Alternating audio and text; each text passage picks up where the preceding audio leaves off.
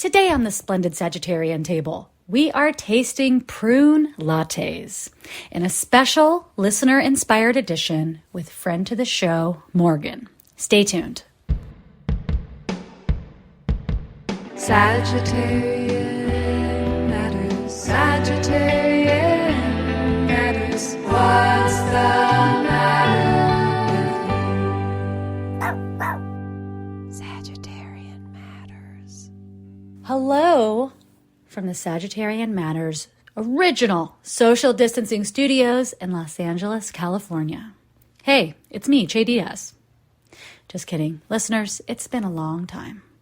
Your host, myself, and field producer Panyo have been traveling nonstop for the past 2 months. We went on tour with Team Dresch. We had a bunch of plans fall apart due to the surge of Omicron on the West Coast. We have been on 2 artist retreats. We've been to the forest, to the ocean, to the desert, and now we're finally back home and ready to hunker down and publish a bunch of episodes that I've been keeping in my pockets for the past 2 months. We have interviews for you with guests new and old. We have food reviews. We want to talk about television. We have a bunch of advice, including special guest voice actors reading the questions that listeners were too bashful to let us use their voices for. I have all that coming down the pike. So thank you for sticking with us. Thank you for staying subscribed. Thank you for tipping producer Chris, the reason for the season. And most of all, thank you for sending me horrifying prune recipes over and over again. Really appreciate it. Okay, what else is going on? I wanted to tell you, if you would like to listen to more of my voice every week, I will be recapping The Amazing Race with friend to the show, Karen Tongson, on our show called The Gay Amazing Race, which you can find on iTunes or wherever you find your podcasts. We are recapping this season of The Amazing Race, and we are interviewing every set of eliminated contestants the day after they're eliminated. It's incredible. Please check it out. It is kind of a thrill for me to get to talk to reality stars, if you can even imagine. Okay, last thing I want to tell you. I am here on the podcast officially and formally announcing my next graphic memoir workshop. March 28th to April 1st, save the date. This workshop will occur every day that week for 2 to 3 hours, depending on how long-winded I am. And it will be live on Zoom. It is in the late afternoon Pacific Standard Time and the early evening East Coast time. To sign up now and get a discount, an early bird special, go to my webpage, NicoleJGeorges.com, and the limited spots for the workshop are listed in my shop. You can also find details on my Patreon page, patreon.com/NicoleJGeorges, where I will also be posting diary comics about the last 2 months and all the places it took us. Last thing I want to ask, do you want us to have a separate Patreon page for Sagittarian Matters with early access and behind the scenes stuff and videos of our guests? Let us know. You can tip producer Chris and tell us when you tip him. You can tell me in the comments. You can DM me. Let me know. Anyway, that's it. Now, please enjoy this soundbite of coyotes freaking out, an unsolicited vegan food review, and friend to the show, Morgan, trying prune lattes with me. Thank you.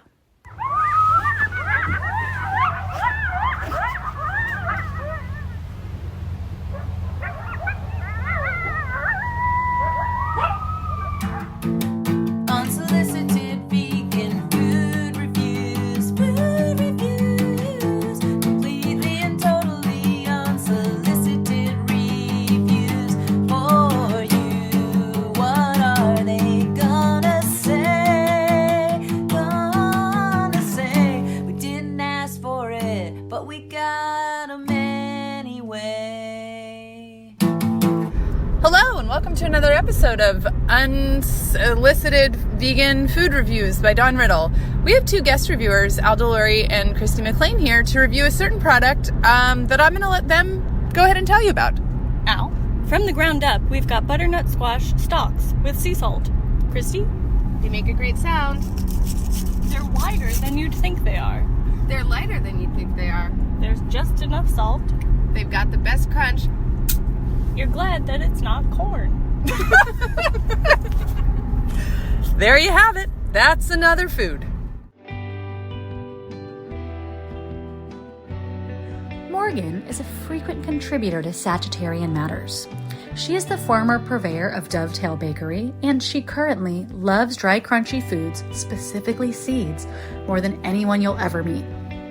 Morgan joined me this week via Zoom, where I was recording from under a blanket in a basement in an attempt to get good sound quality, to try prune lattes. Now please enjoy our talk with friend to the Splendid Sagittarian table, Morgan. Morgan, welcome back to Sagittarian Matters. Can't believe I'm here again. You can't believe you're here again. You can't Can't believe believe it's not butter. I can't believe the good fortune that you're such a friend to the show. You will make time in your busy schedule to drink prune juice with coffee at 6 p.m. on a Sunday. This, let me just tell you, is just an expression of goodwill, because for no other person would I do this. I don't drink caffeine in the evenings. I don't drink prune juice as just a regular course. I mean, really, I'm pulling out all the stops for you, Georges. I really appreciate it. I want you to know, Morgan, just saying, there on the new season of Drag Race, there is a drag queen named Georges. Jorges, but she's like, Georges is here. And everyone's like, I'm obsessed with Georges. And it's Kaya's like, wow, you're really loving this, aren't you? And I was like, I am.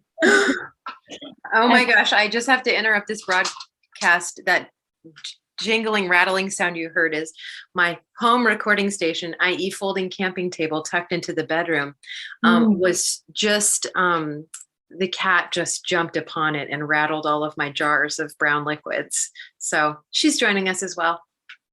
Is she interested in a prune latte? She is 16 and a half years old. A prune latte would send us all over the edge. Wow! That would be like a spray and like a running. And okay, Morgan, we got from Agent of Chaos, Paula Simone on Instagram. She said, hey, Nicole, have you seen this prune latte recipe already? What? Have you already?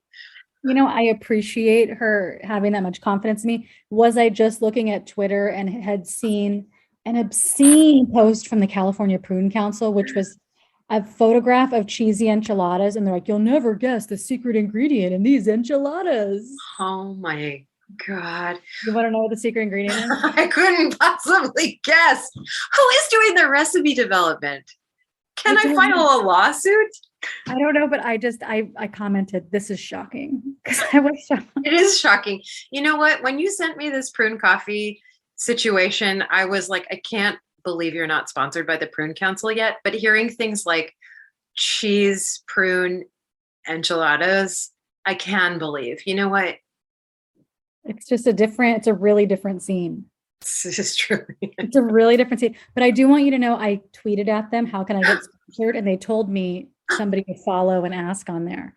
I don't know if this sponsorship comes with money or like, remember in high school, people were good at skateboarding. They'd be like sponsored by a skate company. They'd have like a free skate deck with that name on it. If you got free prunes.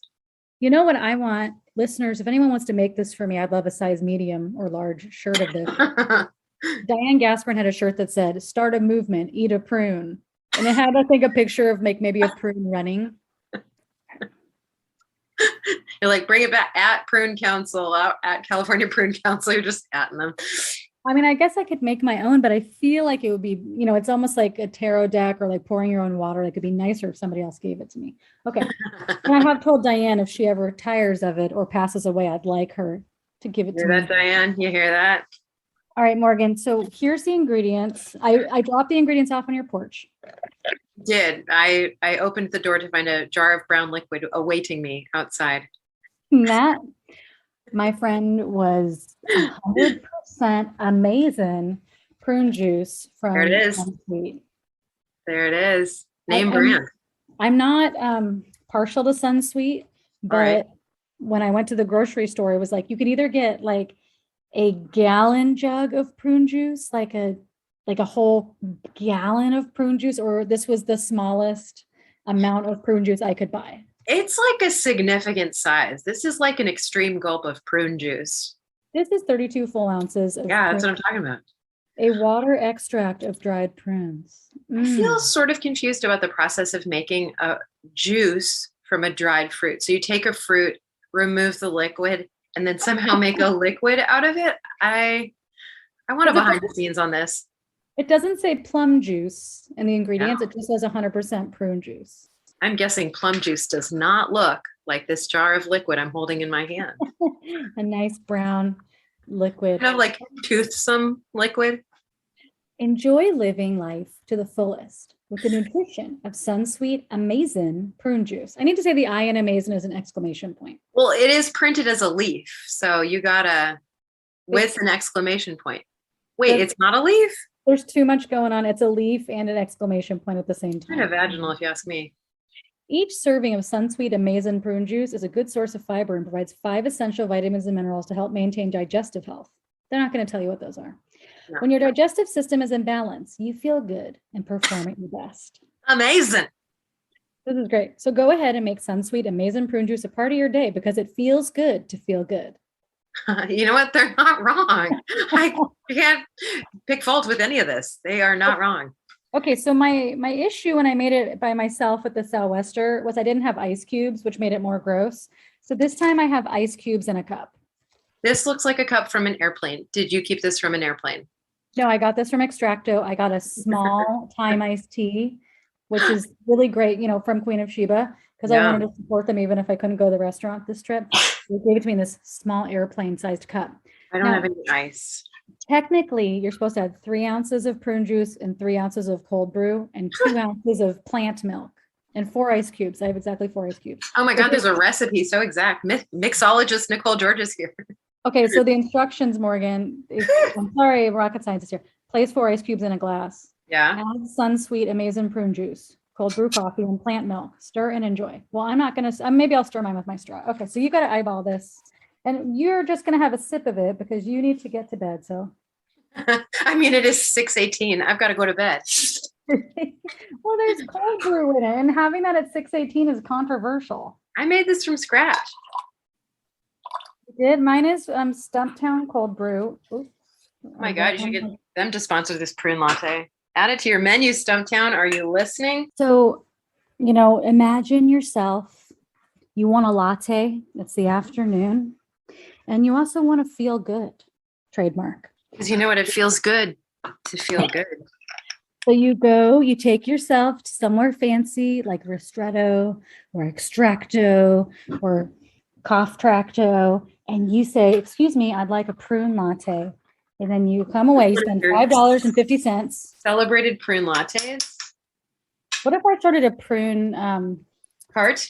The problem, a cart is a good idea, because I was about to say the problem with starting a prune-based restaurant is like who's going to clean the bathrooms? Nicole. Just like working in a coffee shop in general. Yes, people I are do. shredding those bathrooms. Like I- there's a lot. Like when you see like a hot cool barista, I want you to know they're doing unspeakable. They're having to clean up unspeakable messes. They truly are. They are doing, the Lord's work, the goddess's work is cooler than that because, it's wow. I will never unsee the things I've seen. No, well, it's just like, so when you see someone, you're like, why isn't that barista more friendly? It's like, because they know what's going to happen. They know, well, I mean, I don't know if it's the same now with COVID, nobody can sit there, but when people could just drink coffee and sit there forever. Like I've purchased 1.5 cups of coffee and used her bathroom for 8.5 hours while I worked on my art project or my laptop or my whatever people do. Was there a punk who used to come into my coffee shop with their own tea bag and ask for hot water in their own mug? Yes. Was it you, Nicole? No. Was it me? Yeah. Okay, Morgan, are you ready? What are you using there? So you have homemade cold brew. I've got creamer. It is like coating the cup. It's coating the spoon. We've got a thick, hearty layer of, feeling good covering this cup right now, this glass. All right. Maybe the ice cuts it. What if this was like, when you add like sparkling water, like an Italian soda? Oh wait, what was that? BB Cafe? Do you remember that? Oh yeah, I love that. Soda. What if this was a coffee soda? right, bottoms up. Whoa. What's your thoughts? Oh my God, it's tangier than I expected. It has all the tartness of a prune with all of the aftertaste of a coffee. Okay, real honest. I think I that gotta this stop would drinking it. be a great flavor combination in a baked good, but as like a thick, goopy liquid, I'm unsure. I was looking on Twitter and I saw people say that in Russia, it's really popular there's like a very popular prune and chocolate dessert. That And sounds great. this is like a similar, kind of the coffee chocolate family with like the dark, rich prune flavor. To me, it's very harmonious. I like this drink. I drank it again after I made that video for you guys. I'm totally not surprised by it at all. Number one, texture. The prune juice makes it a little off-putting for me. I'm not really into like chewing my coffee. Oh, because it's so viscous. It is like really viscous. Like it's one step away from being like a gummy treat or something. Yeah. Okay. I think that the liquid format is like bumming me out. Okay. I think that this reminds me of a chocolate covered blueberry, but liquid makes it ungood to me. But I really then just had a stroke of genius, which is that you should make chocolate covered prunes. I would love to make chocolate covered prunes. You would. I like this. I am a little bit grossed out by the idea of dairy with a fruit juice in general. I feel you on that. I feel like, I mean, I don't know. Maybe that's like the purpose of an Orange Julius creamsicle thing, but just like the idea of someone taking like apple juice and putting milk in it, I'm like, oh, it just feels that part is the part that squeaks me out. I don't mind the texture. It's better with ice cubes. Ugh. It's better going down super cold. I would almost make this prune latte as a frappuccino. Just jarred on the shelves of every Kroger in America. Like I would just throw it in the blender or throw it in my bullet. Oh my God. I imagine you at your office job clicking around with some like clackety shoes and just grabbing a prune frappuccino from your local Plaid Pantry or like 7-Eleven, cruising back to the office and just sipping on it. What you got, Nicole? Oh, I got my prune frap. Prune frap. Yeah. So would you ever drink this again? No. Just Are you surprised? A resounding no. Okay, to be totally fair, I don't really love iced coffee and I have no ice in mine. I don't like the tartness. I think tart flavor is maybe the thing I appreciate least about coffee. In balance, of course, but like as like a nice sour aftertaste. I just so I think inherently I'm out. I don't know if my palate is dead, but I lost the prune juice in the coffee whenever I made this. I felt like I just added a little something, but it wasn't speaking too loud for me. So for me, I'm a yes. I feel totally not surprised to hear that. Not in the least. I'm a strong yes. I'm surprised because when I saw this recipe, I was like, this is a stretch and this is gross. But I've actually never purchased prune juice in my entire life. What? Never. This is the real shocker of this conversation. I can't believe it. I don't know anyone loves prunes as much as you. It's weirdly like $4,000 if you go to a natural grocery store. Like it's surprisingly expensive. Kind of like when you go for the like cranberry juice with no sugar or additives. They probably had to dehydrate like 1.5 million plums to get enough prunes to make enough juice to give you 32 ounces of feeling good. I know that a friend said once, in the hospital, a nurse told her when she was having an issue to drink microwaved prune juice. No. And that really turned me off from the idea. But I'm here to say it doesn't have to be microwaved. Stovetop. You recommend stovetop? To have the same results. Hot prune juice sounds, I don't know what. Morgan, so I'm going to say thumbs up. Thumbs up to this. I'm strongly a thumbs down, but it has inspired Nicole's new line of chocolate covered prunes, Sagittarian prunes. Prune matters. Prune matters. Sagittarian prune matters. I don't know. Morgan, thank you so much for trying this recipe with us. Wow. I think you owe me on this one. Really? I can't wait to see what you make me try. Challenge accepted. Challenge accepted. I'll do it. You tell me, you give me the ingredients, I'll do it. Is it required to have a prune in it? No. It's not going to be cheese enchiladas. I'm Cheese having enchiladas. ideas. You are? Yeah.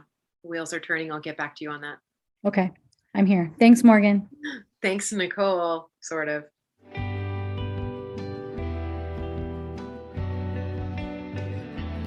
Today's episode is brought to you by Sybil Snow, Emily Helmus, Shoshana Ruth Wechter, and Joey Soloway. If you would like to support Sagittarian Matters, in particular producer Chris Sutton, send $5, $5 million, that's your business, to hornetleg@gmail.com on PayPal. Or, this just in, he's got a Venmo, Hell Books on Venmo. That's HE double hockey sticks books. Thank you for your support, and we look forward to saying your name on the podcast. Producer Ponyo looks forward to it too. Don't be scared, that's just Ponyo's speaking voice. Do you remember in the 90s when you would look up a health food store in the phone book as in an attempt to try and find vegetarian or vegan specialties, and you would show up to the quote unquote health food store and it would be like 80% vitamins and then a rack that had like Bragg's liquid aminos and maybe some nutritional yeast?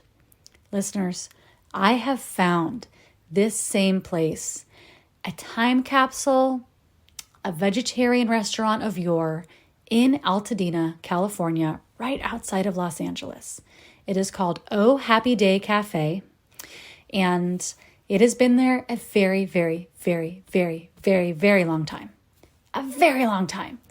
The political posters that were up in the 90s when I was a teenager are still hanging in this place.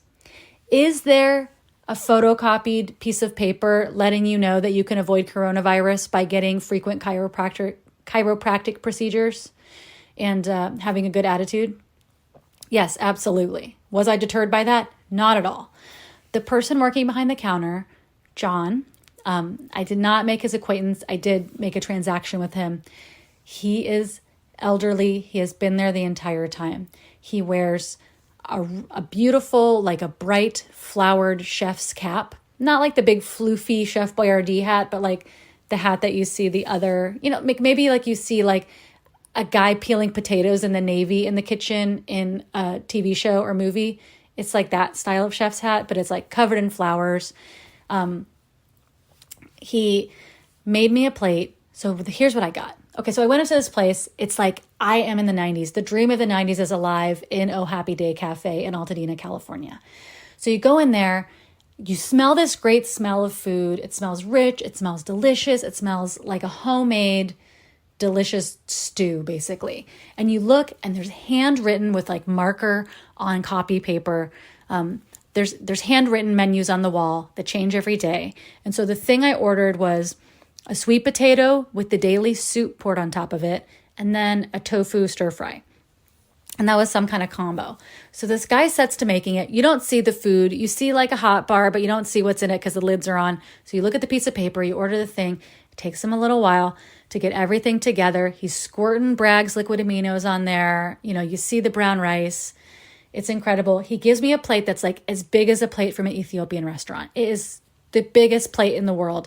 And it has all of these things. It has a beautiful sweet potato, entire sweet potato split open with a bunch of bean soup poured on top of it. It has this tofu stir fry that is like boiled cabbage and just like white tofu, possibly entirely unseasoned. And then there's like a beautiful little salad with some shredded beets and some shredded zucchini and some honey Dijon mustard stuff. And the whole plate is like $9.50 or $10 with tax. Everybody around, the other shoppers in the store, a man on the sidewalk, everyone who saw me with this plate was like, whoa, look at that. The man on the street was like, you must really love yourself. And I was like, I didn't know I could love myself as much as all this. I just didn't know that's what I was ordering, but I guess I did. And he was like describing it to his wife on the phone. Oh, she's got a sweet potato with beans on it. Oh, there's greens. I forgot to mention there was collard greens. Okay. How did it taste? It tasted healthy. It tasted like healthy home food. It tasted like I was on a road trip in the 90s and I stopped in some town at like the anarchist bookstore. And then there was, like a collective meal happening, and I had that collective meal. It had that vibe to it. I'm going to describe this place as perfect. The food as perfect and also a little bit punishing. You're going to come here for the cultural experience. You're going to come here to pay homage to the vegetarians of Christmas past. You are going to do it just to like pay your dues as a young plant-based individual in the world who's seeing, how much kind of Dr. Bronner's stuff people had to be steeped in order to make this moment we're in right now happen. That's why you're going to go there. You could also, I haven't tried everything there. There's a sandwich that has tofu on it, possibly sprouts. They do have daya there. They do have baked goods. They do have vegan macaroni and cheese, I think. I have not yet explored the menu, like I said, but please go to Oh Happy Day Cafe. And if you don't live in Los Angeles yet, look it up on Yelp or look up the reviews. I would go there again. I would give it a number of stars. My word to the wise, either buy some or locate the Bragg's and nutritional yeast that inevitably are there for you to season your food with, because it just needs a little extra something. But once it gets that, and I don't say salt, I don't say Maldon, no. I say Bragg's. This food was made with like a 1983 sensibility, and it needs a 1983 seasoning. You hear what I'm saying here? Don't try to do anything new. I'm not looking for a chimichurri. I'm not new, but you know what I mean. Don't look for a pesto. Don't talk about a cashew cheese. We're not even there. We are not at cashew cheese. That is like a newfangled thing. We're talking Bragg's. We're talking nutritional yeast. I mean, you could get wild and ask for Spike or Gamashio, but go to Oh Happy Day Cafe in Altadena, California, and I will see you there. And I do want to see your food pictures if you go there. Please tag Sagittarian Matters on Instagram.